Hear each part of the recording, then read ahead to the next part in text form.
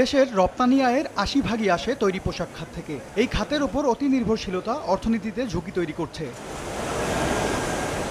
আগামীতে এই ঝুঁকি আরও বাড়বে বলে সতর্ক করলেন বাংলাদেশ ব্যাংকের সাবেক গভর্নর ফরাজ উদ্দিন আহমেদ। মঙ্গলবার রাজধানীর ইস্ট ওয়েস্ট বিশ্ববিদ্যালয়ে আলোচনা সভায় টিকে থাকতে তৈরি পোশাক শিল্পে বৈচিত্র্য আনার তাগিদ দেন তিনি। তৈরি পোশাকের ভবিষ্যৎ হয়তো ৫-৭ বছরের বেশি না। আমাদের উৎপাদন এবং রপ্তানিকে বহুমুখী করা ছাড়া আমাদের বর্তমান অবস্থান থেকে আরও বেশি অগ্রসর হতে হলে এগুলো করতে হবে। এদিকে গবেষণা প্রতিষ্ঠান সিপিডি সংলাপে শ্রম সংস্কার কমিশনের প্রধান বলেন, তৈরি পোশাক খাতে সাম্প্রতিক আন্দোলন মূলত যন্ত্রের কাছে মানুষের হেরে যাওয়ার সংখ্যা থেকে তৈরি। এ বিষয়ে সরকারের সুস্পষ্ট পরিকল্পনা থাকা উচিত। গত প্রায় 2 দশক যাবৎ, বিশেষ করে 1 দশক যাবৎ জ্যাকার মেশিনগুলো আসার পরে কিন্তু অটোমেশনের কারণে কিন্তু প্রচুর শ্রমিক ঝরে পড়েছে।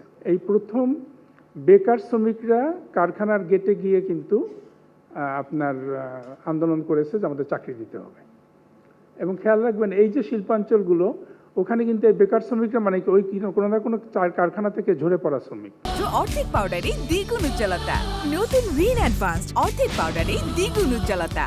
আয়োজনে প্রযুক্তির ব্যবহার ও দক্ষতা উন্নয়নের সঙ্গে কর্মসংস্থান বাড়াতে জেলাভিত্তিক পরিকল্পনা নেওয়ার পরামর্শ দেন সিপিডির গবেষক। রিমোটলি লোকেটেড জায়গাতে যে সমস্ত তরুণী বা কিশোরীরা থাকেন, তাদের জন্য কিন্তু যে কোনো ধরনের লেবার মার্কেটে পার্টিসিপেট করা, জব মার্কেটে পার্টিসিপেট করা অন্য যে সমস্ত জায়গাগুলোতে বেটার কানেক্টেড যে সমস্ত জেলা, তার থেকে অনেক বেশি কষ্টকর। দক্ষতা উন্নয়নে কাজ চলছে বলে জানিয়েছেন জাতীয় দক্ষতা উন্নয়ন কর্তৃপক্ষের নির্বাহী চেয়ারম্যান। সমন্বিত প্রক্রিয়ায় যে কাজ করা, এম এস আরিফিন, সময় সংবাদ, ঢাকা।